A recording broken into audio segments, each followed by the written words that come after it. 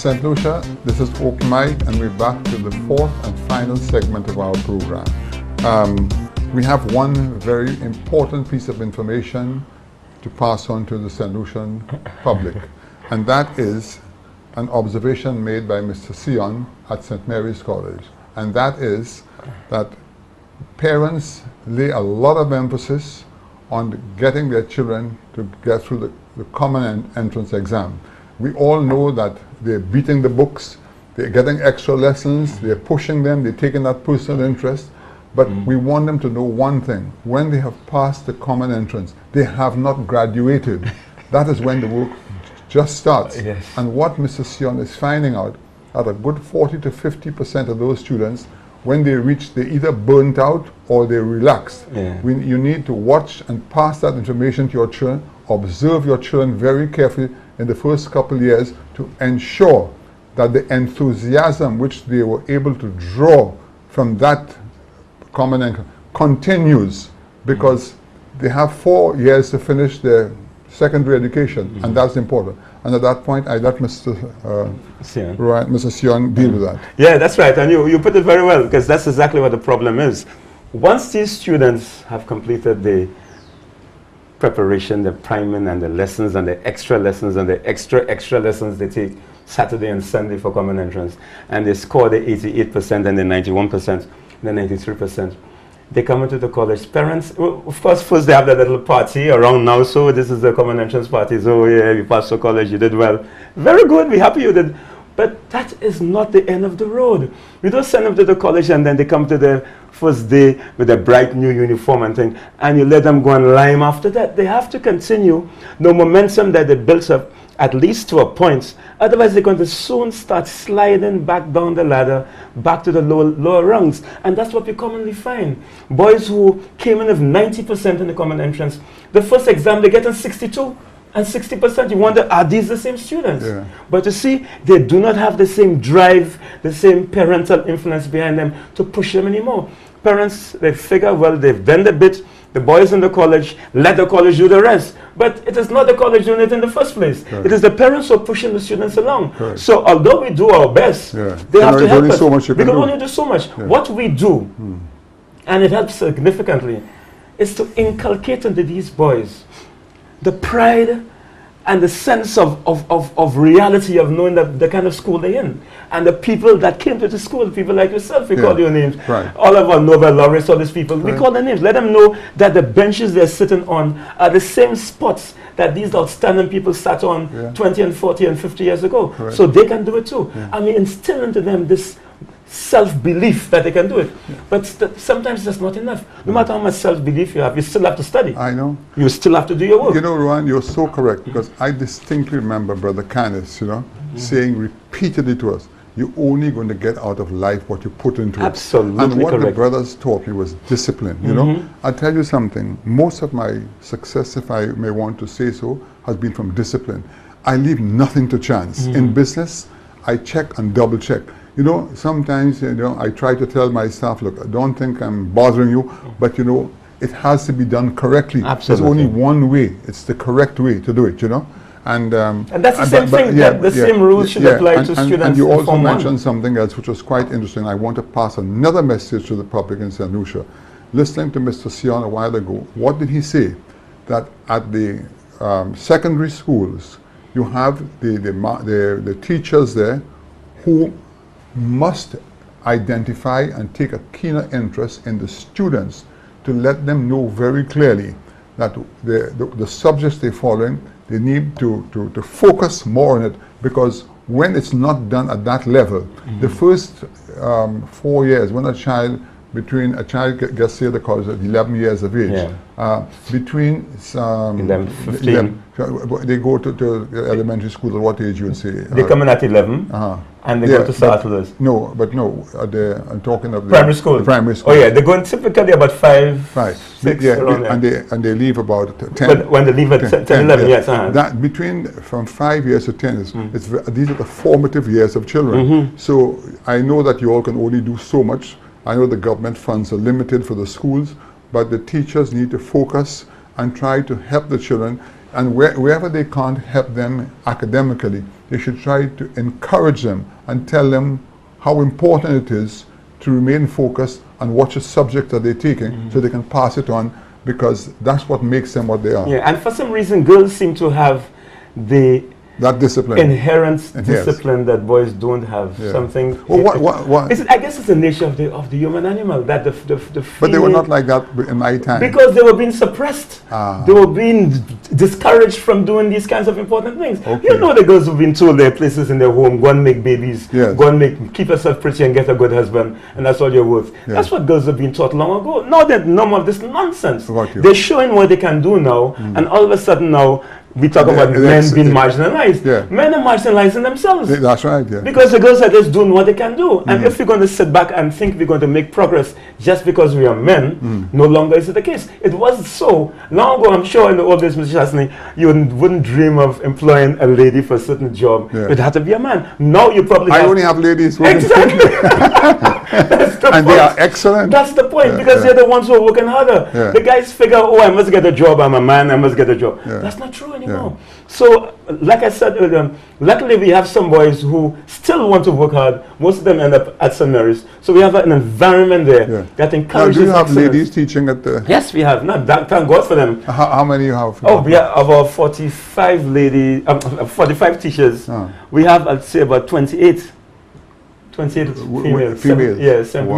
We like to have 17 men, mind you. Yeah. Because if you look at the national level, 95% of the teachers in St. Lucia are female. You know. Wow. There are primary schools that haven't had in its history, never had a male teacher. Yeah. I mean, and that's just the way it is. So the boys end up having girls at a mother in the house, no father often. Right.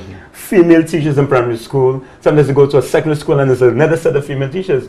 So all these are reasons why the boys don't know what they're supposed to do. Because all they're seeing is women around them doing well and the fellas smoking marijuana down by the roadside. You know, something I've noticed over the years, the students that have done very well, whose parents are teachers. Very often. It is amazing. That's correct, I distinctly, the last person I talked to was Mistress Anne King, who passed away. Yes. She was a teacher, and I remember her telling me once, that at that time I was doing my GC, whatever it is, and she would say, I always tell my children, when you have about 5, if you have to write an essay, do not touch that one, because you know nothing about it. Write what you know about, teachers would give common sense advice to the children. Which is wonderful. Oh yeah, which probably... And look at that, most of them very often, have gone, they won island scholarships. Not every case, but very often, a lot of the top performing students are students of teachers. That's still very common. I take my brother, he has 3 children. His wife was a teacher at the convent here, Miss Grola. Yeah. And you wouldn't believe this thing. His first daughter has a PhD. She was what you call Woman of the Year in Long Island. She works for the IRS. Yes. The second daughter is some professional criminologist. Oh, there you go. And then the third guy is a surgeon, a top surgeon who went to MIT and all that. He got 4 scholarships. Yeah, all from a teacher. And I remember that once she was here on holiday at Christmas, and the bell rang at 12 o'clock. He said, time to study on Christmas Day. Oh my goodness! So it's amazing. But that's sort of what the word is really. It's not so much being a teacher, but it's discipline. It's the discipline instilled by somebody who's used to the educational system who can do it. There are many persons who may not be teachers, but because they too come from a disciplined environment, can have the structure in the home for the children to do well. And that's where it actually boils down. Having an ordered sort of environment. The children can play and so, but they must be organized. They can't be playing all day and running around all day. Now, one question for you, Ron, about because despite all the progress you have made academically, there's still at school. There are still children, I'm sure, who would want to head to the vocational side of things. Where would they go for such to do? For instance, a guy wants to be a carpenter, a mason, a plumber, or something like that. Well, okay, we have we don't have programs directly for them at the school. We believe that there are schools where students who may not be immediately interested in our program can go into. However, we still hold that we can produce master craftsmen from our school too. Okay. Because even the building and the... Yeah, you need the basics. There's physics. That's right. There's maths. Correct. You have to be able to get your angles and your right line straight. That's so we right. tell them, get your maths straight, get your maths in place, get your Yeah. physics organized, Yeah. and then you wouldn't just be a mason, you'd be a master mason. Correct. You'll be employing people to do your work for you. That is right. And that's what we Okay. tell them. So it isn't always boys leaving there going into further books. They Yeah. can go into the world too, Yeah. but at a level that allows them to operate far more scientifically Yes, yes. than would be the average man on the street. Because That's what in we prepare them Germany, for instance, let us say you go and study engineering, you do not get that your diploma until you do 2 years of practical. There you go. Yeah, There you see? go. Yes, Yeah. and there are many other places like that. And so the foundation, the school offers a foundation for many things, not just the theoretical higher level studies. Yeah. They're the practical studies that still have a foundation in reasoning and maths and science and all Now, these things. let's get back to the question of sports. Yeah. What areas do you think, because of the boys leaving school, would you suggest that they should pursue? Because sports, it's good. I know you play basketball. We play basketball, football, cricket, tennis, both kinds of tennis, table and we are swimming. You know, right now, I mean, I don't want to be too boastful, but we have the best. Yeah. Swimmers, you're the best tennis players, you're the best volleyballers, we have the best junior basketballers in the island. But that's very good. While we have the best academics at the same But time. that's great, eh? Yeah, that's so what we you're have. producing an all-rounded student. Which that's what we try to. Yeah. We focus, we try to give them time to do everything. But you know, in all fairness, we don't have the numbers as we used to have playing sports. A lot of the boys now are doing extra subjects. And when you do 12, 13, 14 subjects, you don't have that much time to go and But play tell me something, football why after school. is it necessary to do that many But subjects? they want to do it. It's Why? Nothing, because they can. Oh. Because they can. But I mean, the people who have done it, what have they achieved, right? They have achieved the satisfaction Oh, of knowing that they've done it. 15 subjects. Yeah. I mean, that in itself is an achievement. It is marvelous. I will never stop a boy who wants to do 20 subjects because he wants to do 20 subjects. Yeah. How many people can do 20 subjects? Yeah. 1 out of 1,000. We haven't had anybody in the history of the school who ever did 20 subjects. So if one boy comes and tells me, sir, I want to do 20 subjects, I tell him no. What? I'll tell him I try my best to help him. And that's what we do. Because that in itself is an achievement. I mean, life has achievements at different levels. Later on, you may go on to do law and be an excellent lawyer. Yeah. You wouldn't need all 20 subjects for law, Yeah. but you need 20 But subjects he has to a- get the he has a well-spread motivation. education, And yeah. also Yeah. to get the motivation to know that he's an unusual student Yes. who can take on anything after that. Yeah, that means- And that's the excellence is excellence. And Yeah. I mean, you won't tell an eagle you're not supposed to fly so high, fly with the pigeons down Yeah. there. Let the You eagle know, fly. you just said something which resonated with me, you know. You know, I was born in Castries.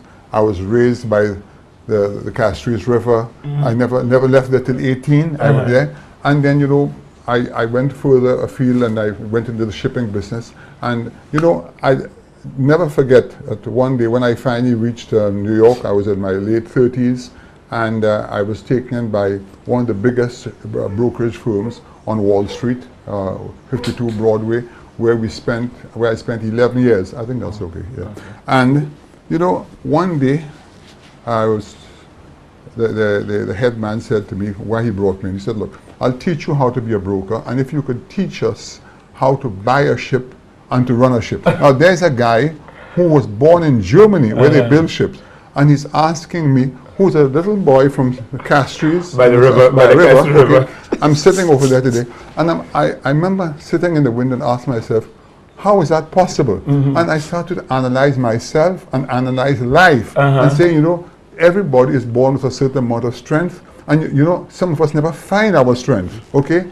And you know, when you look at it today, that because of who I was or what I was blessed with, and maybe so your parents who supported the parents supported me, yeah. The brothers supported me, yes. They gave you that discipline, yes. that I was able to reach go as to far a as you place are now. like and be in the heart of Manhattan, okay? And see all this going on with me, you know. I mean, these people belong to, they were members of the world of on the 23rd restaurant floor of the World Trade Center. Yeah. 3 times a week we'd go there for lunch, you know. And I'm saying to myself, I'm in the company of those people who appreciated me. Yeah, yeah. I made so many trips to Europe with them. And, you know, it was so amazing to see that, you know. So the question I was asking about, what happens to the, and I just say a lot of those guys, look at, for instance, my sister was ill some time ago and she went to a specialist in Boston. It was Dr. Niles, who's the top specialist at the at one of the big hospitals. And that's from an ex-college boy. Yeah, exactly. It's amazing. But they're all over the world. They're all over the world. All over the world, they have college boys. And a lot of them, they stick at them. The little, you know, the motto of the school: the top is reached by striving. By striving, yes. Someone Nintendo. Correct. I meant that. Yeah. And that's what it's about. That's what. I recently spoke to a group of students at the primary school, and I left that with them, the school motto, because that is what... The top is reached by striving. That's the difference between the college It's amazing. And the other such school. Simple words. Simple words. Yeah. And you're not doing well at the college because you are the college, but because you work harder. Correct. That's what makes you do better. St. Lucia, unfortunately, we have reached the end of our program. This is the fourth and final segment, so just before we part, I'll just ask Mr. Sion whether he could just give a couple words to wrap up. Yes, well, that's a good note on which to end. I think that is the school motto that I think can be applied to many other areas of St. Lucia. Our motto, Sumum Attengator Nintendo, all Latin words because it's an old school. Simply means the top is reached by striving. And the top applies to anything, not just academically, in sports, in whatever little job you may have to do. You work a little harder than the average person and you find you're going to reach a little further. When people see you making strange success and they think you're doing obia, all it is you're working a little harder. You study a little longer at nights. You do a little more research. You make yourself a little more prepared than the average person. And you will be surprised when the time comes for promotion, the time comes for making a step ahead, you're the one who's going to make that step. That's the motto for success in life. Mr. Shasey just said it himself. His hard work, he didn't have any special start in life, very humble person. Look where he is now. You know, it's so funny, some years ago, I watched 60 Minutes, and there was this colored guy, I forgot his name, on 60 Minutes, and he came to St. Lucia, and one of the Hackshaw boys met him and said to him, you know, how can a colored man like you remain at 60 Minutes? He says, a bit of education, some luck and hard work. But my luck became better the harder I worked. St. Lucia, this is Openmike. I want to thank you so much for listening. We'll be back next Sunday. Thank you. Thank you very much.